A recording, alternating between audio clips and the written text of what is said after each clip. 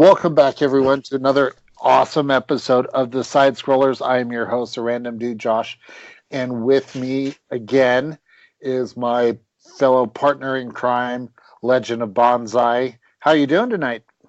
I am phenomenal. How are you today, random dude? I can't complain. It has been a great week in the world of gaming. Yes, it has. I don't think we've gotten anything else done. No. In fact, that's why we're recording this later than we wanted, because of one of the games in which we'll be talking about. The only real game we need to talk about, let's put it that way, right? This is true. But let's jump into some quick news. For PlayStation 4 fans, if you haven't played Spider-Man yet, I'm curious what rock you're living under. If you haven't played it because you're playing another classic game that's taking all of your time, I totally understand. But we'll talk about that later. But there was a big update that came out here in the last week or so, a free update as well, where they brought two new Spider-Man skins, including the Fantastic Bagman. I don't know if you had seen this one. I'm stuffed up today. Ugh. With the brown bag with the Yes. Spider-Man eyes drawn on it. It looks fantastic. Oh yeah, no pun intended. Nope. No, and then there's the other Fantastic Four costume, but I'm sorry, Bagman does it for me. That was probably the coolest addition. And the fact that they did it as a free update available to everyone on PlayStation. Yep. They're really hearkening. Well, Xbox doesn't have this game. This is a PS4 exclusive. I know. We can blame Sony for having the exclusive rights to the franchise for this. That's why we don't get it. It sucks. But the nice thing is that they're actually catering to the fan base at this point, which is what we want to see from developers. We want to see stuff. They've already got $60 out of our pocket. Give us stuff that's cool that we don't want to be microtransactioned left and right. So well done, Sony, on this. Even though I do put my Microsoft above. Love a little bit above Sony. I think this is a great move for them. These are two great suits, and they've talked about through the other DLC content that is paid for about bringing out more of the Sam Raimi concept costumes as well. So they're really catering to the fan base, which is great. We need to see more of this in gaming.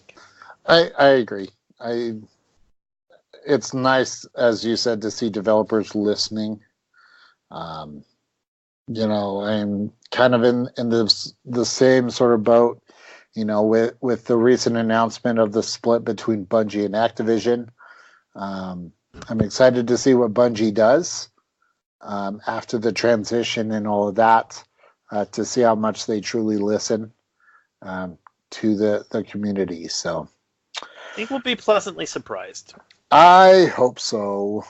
I'll still play the shit out of that game. To be honest. Well, and even those of us that are talking about, and this is actually, I know you and I talked about it, about doing more Destiny 1. There's a huge movement online about people going back and playing Destiny 1 that, Xur, everyone's like going, wait a minute, Sunday, Xur's not here. There's whole websites dedicated to Xur still going in Destiny 1. He still makes a rotation. He was Thursday at the tower. Saturday. He was at the tower this last weekend. I mean, he didn't have anything I wanted, but he was still there. Even though we play a lot of D2, there's still a lot of D1 players and content, and it's still a thriving community. It's amazing. And what was fun was going back through the game, knowing what I know now about certain characters, like when they mention Osiris. And hearing his voice in D1, I was like, oh, I fought alongside him. They had a plan. Well, and no spoilers this week. Those of you that are D2 players that have not seen the Queen this week, it's a huge harken back to D1. So if you haven't gotten your offering of the Oracle this week, highly recommend you get in there and do that before the reset on Tuesday. You know what we should do is we should do a stream because I still have my offering. I haven't used. I've actually never gone to the Queen yet. We should do it and stream it. Deal. I'm all for That'll it. be fun. If you guys have never listened to the show, we frequently will talk about Destiny. We play it a lot, and that's okay. Moving along, other news. With this, at the time of this recording being the last day of January, that means all the new games for the paid memberships or paid subscriptions will be coming out. PlayStation Plus has always had, I think, the better offering or better selection of free games than Xbox ever has. I wish Microsoft would try to take a page out of PlayStation's book. It'd be nice. But the games that you have available for the month of February, For Honor, Hitman Season 1, which that game is definitely worth getting. That was a lot of fun. Definitely enjoyed that one. Harken back to the originals, absolutely. Yep. Gun House, didn't ever play that one, so that one I'm not very sure on. Rogue Aces, Dive Kick, and then probably the one out of this entire list, aside from Hitman, that I'm really excited for was Metal Gear Solid 4 Guns of the Patriots. The Metal Gear Solid franchise, and I know we've talked about it before, is one of those ones that it's time to move on from it. However, going back to the previous games, Metal Gear Solid 1, 2, 3, and 4, I think were probably the strongest games out of the entire franchise. I had a hard time with 5. I don't know if you did. Couldn't say I played those. Okay. Sorry. Fair enough. I mean, Metal Gear Solid really changed the industry, if you will, as far as like these types of games, these espionage, military-based games. And Metal Gear Solid 2, phenomenal. It was also the first Metal Gear game to make it to the original Xbox, and then they did an HD collection for the 360, which, by the way, if you guys have that, like purchased it on the 360, it is now backwards compatible and can play it on the Xbox One. Excellent. But Metal Gear Solid 4 was a solid game. I mean, and we'll talk about Konami games. Well, not really Konami because the other one's Capcom, but a lot of those Japanese-based games their stories are so in depth that you get immersed in it and you get sucked into it and you cannot pull away. Or if you do, it's to go either get food or go to the bathroom. That's the only way you can pull away. That's why we pay the good money. You're damn right. Let's see. And then with Xbox Games with Gold, do you want to take this one? Sure. So it looks like for the first half of Xbox, we have Bloodstained Curse of the Moon, which is a Castlevania side-scroller. Not as familiar with that one. On the backwards compatible for the first half of the month is Assassin's Creed Rogue, which, me being a huge Assassin's Creed fan, was a really good addition and flipped the role of Assassin versus Templar on its side, and you played as Natural Templar. Really well done. Wish it was a little bit longer, but a solid entry in that franchise. Second half of the month comes in Super Bomberman R, and then on the backwards compatibility, a classic Jedi Knight Jedi Academy. I know that is going to get a lot of play from a lot of people, backwards compatible. And especially with that one, if I recall, that was an original Xbox game. Yes, it was. It was straight to 360. I remember playing that game back in 2003. Such a great game. Really well done. So, Graphics are not there. Storyline. Look for storyline, people. honestly, there's times where going back, I don't even care if the graphics suck. It's the nostalgia of it that make it entertaining. I think that's why Super Mario Brothers is still as classic as it is. Well, if we want to talk about Mario Brothers, they're still releasing stuff on the 3DS, and it's still selling well, like Mario and Luigi's Bowser Inside Story for the 3DS. And then they recently, at the beginning of January, released Super Mario Brothers U on the Switch, and that sold well. So Mario and those kind of games are going to be classic. Star Wars, as soon as the original Republic Commando went backwards compatible, I went to find my copy, couldn't find it, got a $10 one off of eBay. Love that.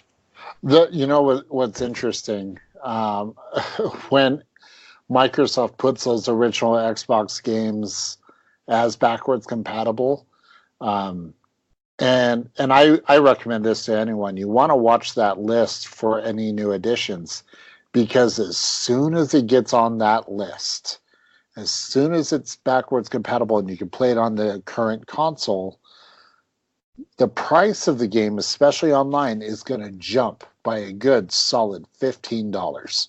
Yep. And that's if you want to have the actual disc. I mean, trying to find Hunter the Reckoning was a pain in the ass. Yep. KOTOR 2, that one I was freaking out because they had announced that was going to be backwards compatible. And I was searching all through Amazon. Then I had the thought, maybe you should go look in your boxes. And sure enough, I already had it. Awesome. So I was like, oh, whew, bought it when it was only $7. Instead of now, it's like $35 if you want the actual disc. Yep. Crazy. But all in all, a lot of good games for the month of February. Again, these are free to download as part of your paid subscriptions. If anything, even if you're not going to play them right now, at least secure the game, and then you can install them later. Yep. Buy it, cancel the download. Yep. That's what I do with most of them. Buy it for free. Yep. I get every single one, whether I'll play it or not. Like, be honest, probably won't play Super Bomberman, but I'll have it. Yeah. And then I guess final news, if you guys had noticed on Undercover Capes, on our Twitter, a challenge had been made. So this Sunday, February 3rd, we all know it is the big game, Super Bowl 53, the St. Louis Rams versus the New England Patriots. LA Rams. Sorry. Oops. My bad. Whew, that's awkward. On that note, the Rams versus the Patriots, Tom Brady going for ring number 6, at which point he'll snap his finger and half the league will go away. Yep. He is Thanos. He is one ring away from being Thanos. That's right. But the reason why I mentioned the big game is during the halftime show on Twitch live, I will be taking on Al Mega in Mutant Football League. This is going to be huge. In fact, I was talking to Al. He was telling me that he's playing through the game. He lost by 2 points, but he was boasting about his INT, or his punt return for a touchdown, got all these sacks, and I'm sitting there going, oh, he's going to hate me afterwards, but I don't care. It's all for fun. So definitely make sure to check us out on Twitch, at the Undercover Capes official Twitch channel. Come join in the fun. What better way than, I guess you can have the halftime show in the background on the TV, and you can watch on your laptop or mobile device. But either way, come join in the fun. What better way to spend Super Bowl Sunday? Now, that being said, time to talk about the big release within the week, the elephant in the room. This is a game that's been, let's see, 2019. That came out, what, 98? 98. Yep, that's correct. 21 years in the making. This is the game we've all been wanting. Nate, I know you were number one Salivating for picking up the game. You had yes, ticket I was. number one. This is none other than Capcom's gem. I honestly think it is their absolute best game ever. Resident Evil 2. I'm going to let you kick this one off because I know this is your... Yeah, we'll leave it at that. Go awesome. Well, Resident Evil has a storied past, one of the most beloved series, and what makes it unique is that it's not just another zombie game. It has zombies, it has the ambiance, it has the scare factor, but it has a story and it has puzzles, and it makes you, as you said earlier, dive into it. And I like to think of that as the movie effect. It's like we're playing an interactive movie. This goes back 21 years, as you said, to one of my best memories of gaming, playing this in the basement of my parents' house at midnight or later, completely dark, and hearing zombies. And by the way, my house was haunted, and just the fantastic storytelling that it was. As you said, I was number one in line, could not wait for this. Capcom delivered and then some on this. I mean, I know it's way too early to talk Game of the Year, but it's a candidate right out of the gate for Game of the Year. They recreated everything you wanted to see in this. So I think you're going to have every single person that was a fan of Resident Evil 2 play it. It's going to bring in a whole new generation of people loving the survival horror series. And again, it's not just a run and gun and fight zombies. This is a tactical shooter, spend your ammo wisely, puzzle game on how to figure out what's going on in Raccoon City. What happened? You're a newly recruited police officer arriving for your first day to find the city overrun with zombies. And the story takes off from there, and you will find out the evil Umbrella Corporation and what they were trying to accomplish, letting the T and the G virus get out and fighting alongside the FBI and figuring this wonderful, immaculate story out. The graphics in it are awesome. The sound will be up for Game of the Year.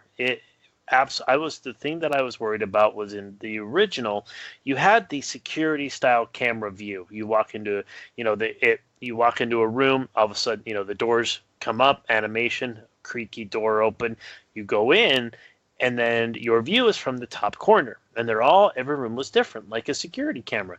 And then you'd walk in, you'd just hear the, oh, and you had no idea where the bad guy or the zombie was.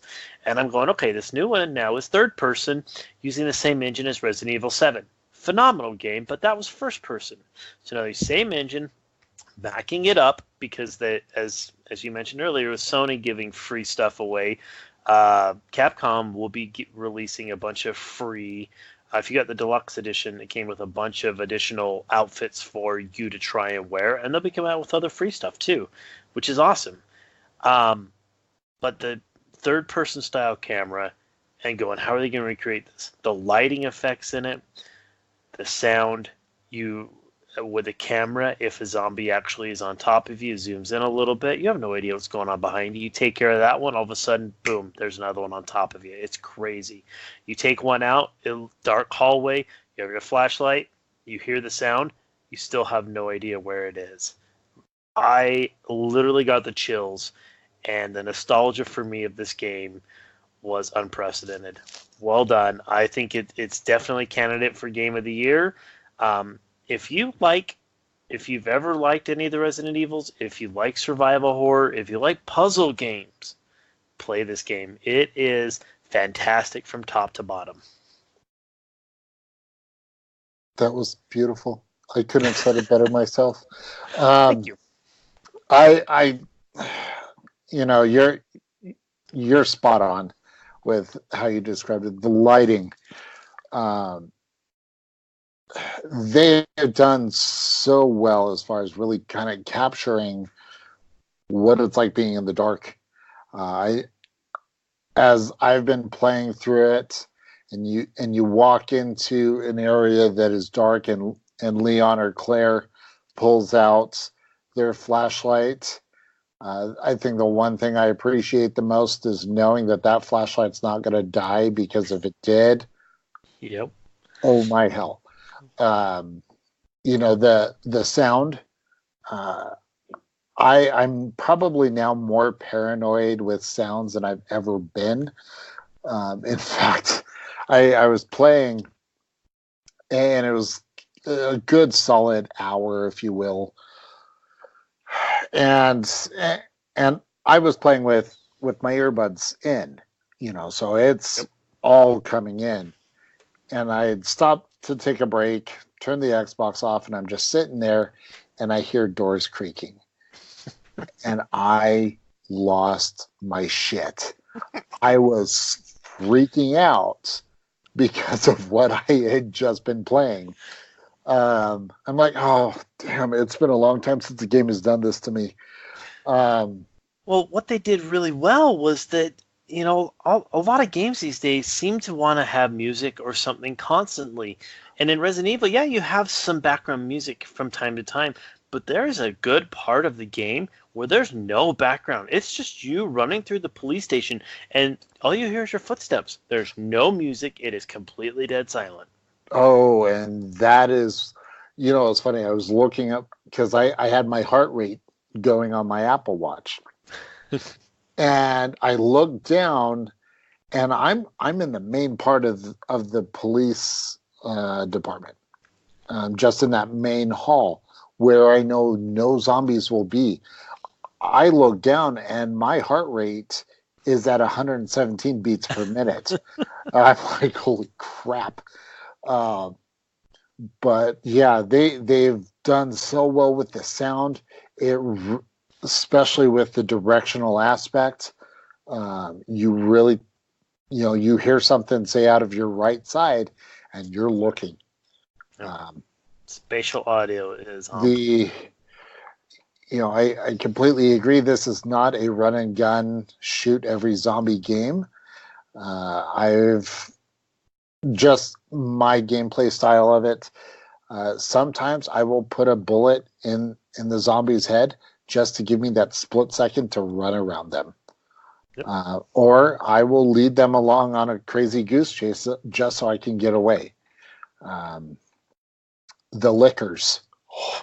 If you guys have never seen The Lickers, go watch it from the original and then look these bitches up for this game. They are absolutely terrifying. You hear that hiss, and you're like, okay, I've got to get my best weapon because these bitches are tough to take out.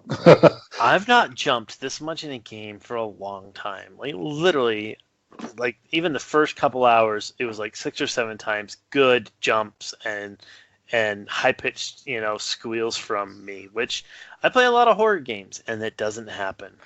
Especially like when you open a door and the zombie's right there. Yeah. And you don't hear them until you open the door, and boom, they're right there.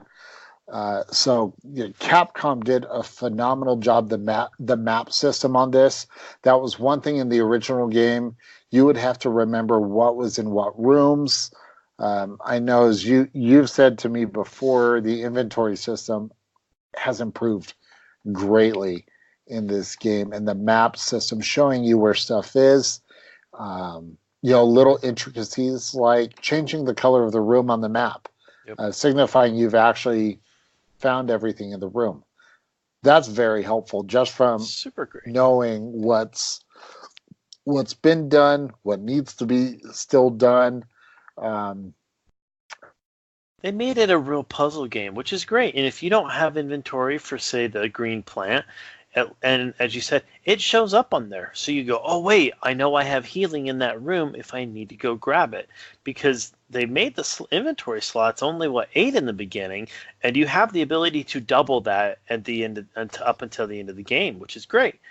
And I'll be honest with you, even having it doubled still isn't awesome because you still have to work with that inventory. There's still a lot to work with, as well as figure out what weapons to take because you do get upgrades and it takes up more space. So they've done a really great job at creating something that makes you think. It's not just, the running gun. You have to be creative. You have to be reserved with your ammo and be tactical. And if you waste it all on Mr. X, I'm sorry, you're screwed. Run, run away. Just run away. And hearing his footsteps go closer to further away, what an awesome addition. Like, seriously, like, if those of you that don't know, Mr. X is invincible in this game. Just run away. And you will hear him. And you still have to carry out and figure out how to get out of the police station with him trying to track you down. So it's the cat and mouse in it was done so well. Yeah. I think the one issue that I have with the game is the constant backtracking. Especially in some of the areas where I took the extra time to maybe take out some of the enemies, knowing that I'd be going back to that room later on, and I did not want them to be a problem later on. They're ready for that backtracking. Yeah. I did that with, because I get to a particular part of Raccoon City PD, and on the map it said kennel, and I knew exactly what was in that room. Yep. Those zombie dogs, they're just like the lickers, a pain in the ass, just not as much. But I was like, I'm not ready to go into that room yet. I'm not mentally and emotionally ready for that. And then the game forced me to, and I had to do it. When this goes live, I'll include a clip from the game that I was playing. I'm going down a hall, and you see the liquor on top of the ceiling hanging upside down. And I stop, look at the liquor, and go, nope, and I just sidestep into the door. Nice. I'm just like, I'm not dealing with the liquor right now.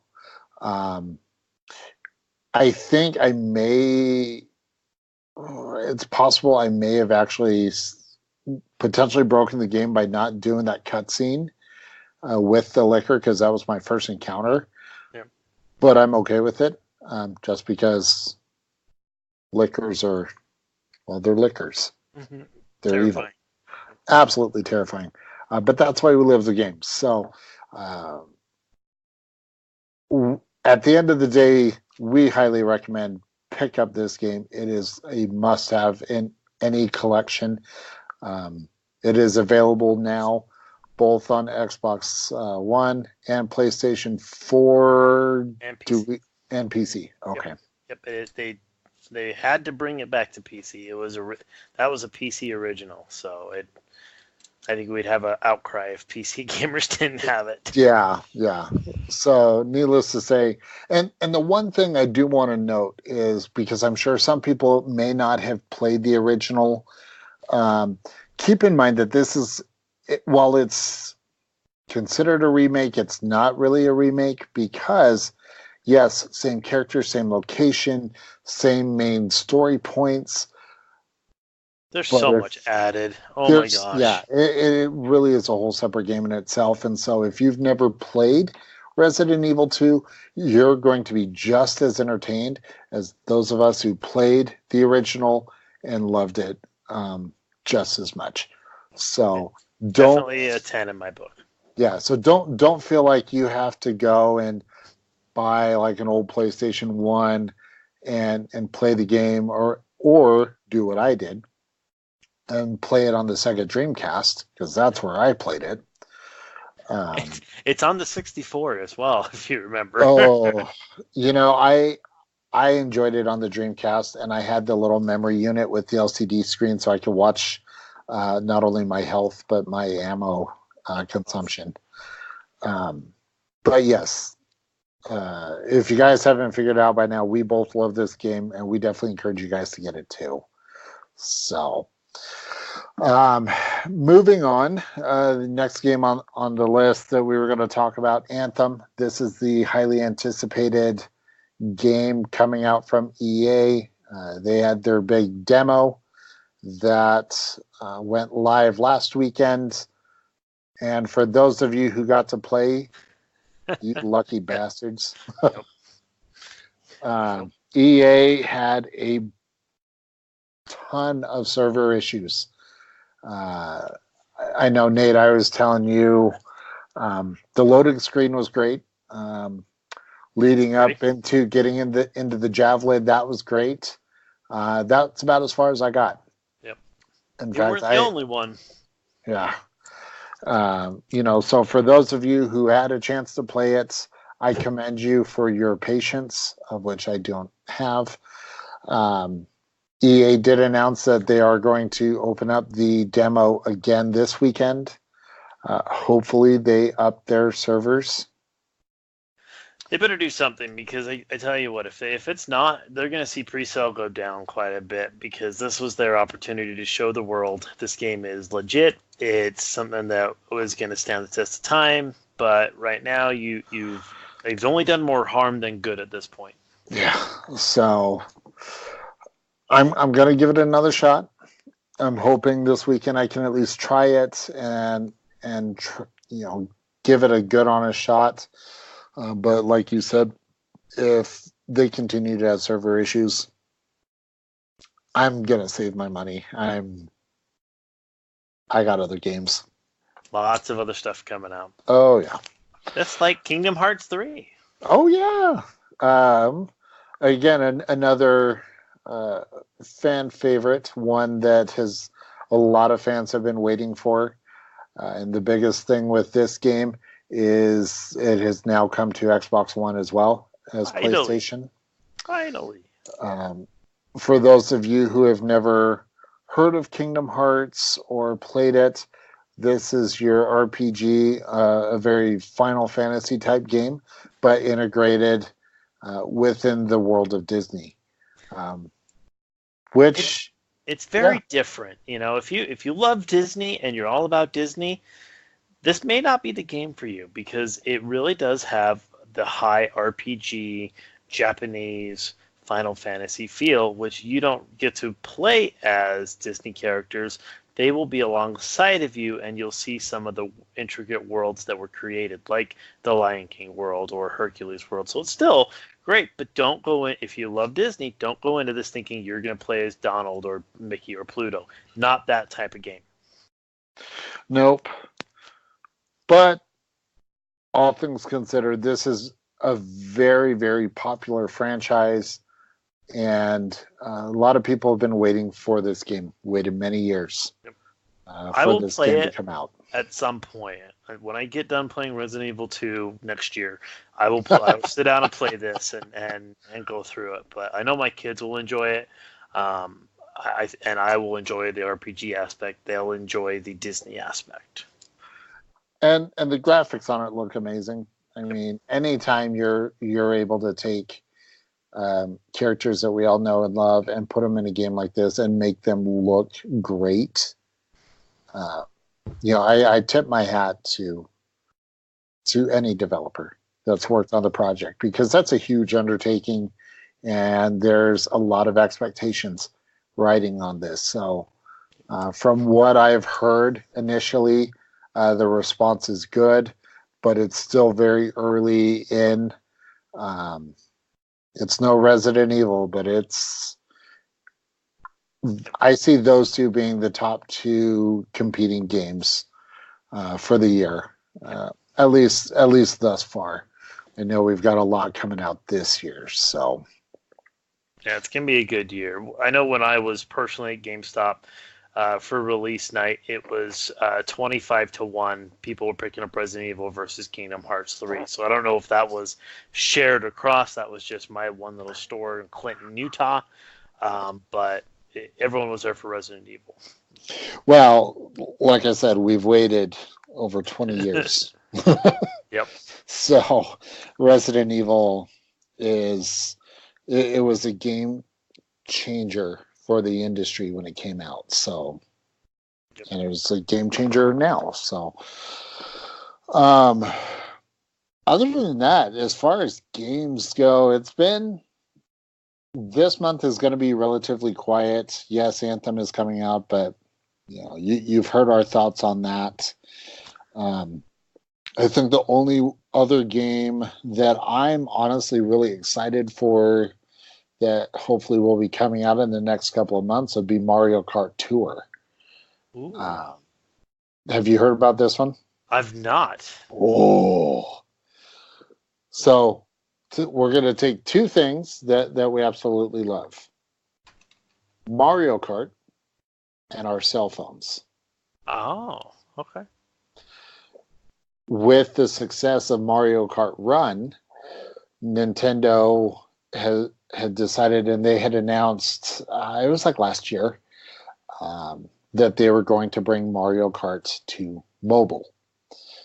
And so they came up with Mario Kart Tour. Nintendo has been very tight-lipped on this one. Rightfully so. I'm not surprised that they're being so hush-hush about it, but at the same time, I'm glad that they are. I know this is one that my wife is excited to play. I will download it. That's the best way to resolve any conflict within a marriage is play Mario Kart, or destroy friendships. So that's the expected release is sometime this first quarter of 2019. It'll be interesting to see what sort of mechanics they put into this, especially with it being on mobile. You can do a lot on mobile these days. That's very true. I know Crackdown 3 is coming out in February as well. So I'll do a quick rundown of some stuff that, I think, there's a lot of games, obviously, some good, some bad. Ace Combat 7 has been getting a lot of press. It's a harken back to the original. 6 got drowned by microtransactions. Developers said that this would not happen with this one. People are excited about it. Then we do get into Far Cry New Dawn. It's a little offshoot from Far Cry 5. Jump Force, I know a lot of people are excited about Jump Force. It has to do with all of the Japanese, the Naruto and anime stuff all into one game. Then we have Anthem, as well as Metro Exodus, which is a post-apocalyptic first-person shooter game, which the graphics that we've seen look to be probably some of the best we'll see all year. Metro's done a great job with those over there. This will be the 4th installment, I believe. And then into March, the only one that I'm looking forward to, and actually there's 2 here that I see would be big. Division 2 could be flop, could be great, as well as Sekiro Shadows Die Twice. Devil May Cry 5 comes out in March as well. March 8th, I missed that one. Devil May Cry 5, PS4, Xbox One, and PC. So definitely a lot of big name games coming up. For this first quarter. A lot of games with a lot of replay value. I think that's the biggest thing that I'm excited for is the replay value that we're going to get from these games. You've heard me talk about it. Return of investment. That's what we want. I want to know that my money is going the extra mile. I pay $60. I want to have more than 60 hours involved in it and not forcing myself to find those 60 hours. Let's be honest. You paid more for Resident Evil. That's true. I paid $70. The other game that I'm intrigued to see that's coming out, Battletoads. They're bringing that to the Xbox One.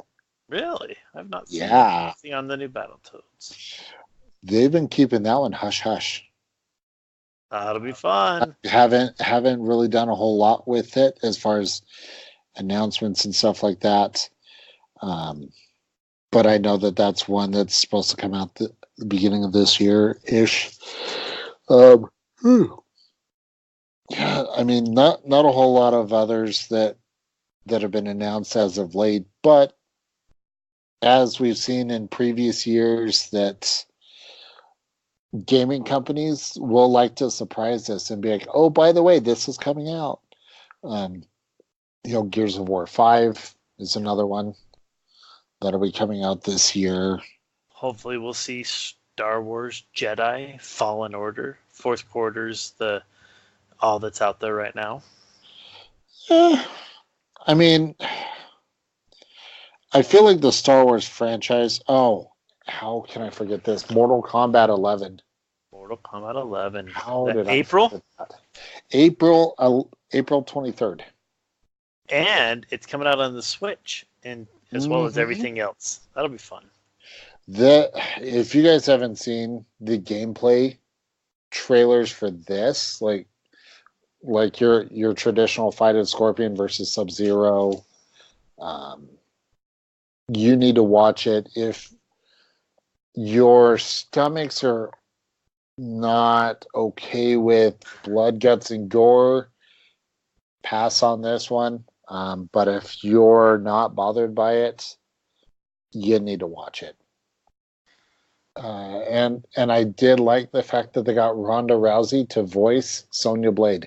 That'd be awesome. So Ronda's done a good job for herself. Voice acting for Mortal Kombat 11, her current title run in WWE. If you guys don't know, I'm a huge wrestling fan. I watched the Royal Rumble. In fact, I kind of stiffed Nate and my friends from playing Destiny 2 because I was watching the Royal Rumble instead.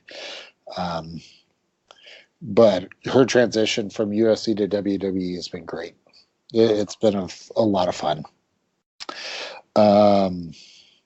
Yes, I mean, aside from that, that's all the big games coming out, as at least for right now. Yep. So get out there and start playing, everybody. Absolutely. Let us know what games you're liking, what games you're playing. Let us know your thoughts on Resident Evil. If you've got those crazy clips. Oh, that's another crazy clip that I'm going to post.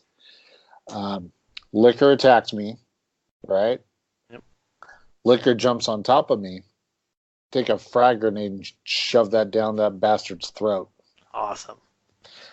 And I made sure to snag that replay. Awesome. So, but that being said, that we're going to wrap this episode up of the Side Scrollers. Make sure to check us out on Facebook and Twitter at the Side Scrollers. Make sure to follow Legend of Bonsai on Mixer. You've now transitioned from Twitch over to Mixer. Yes, sir.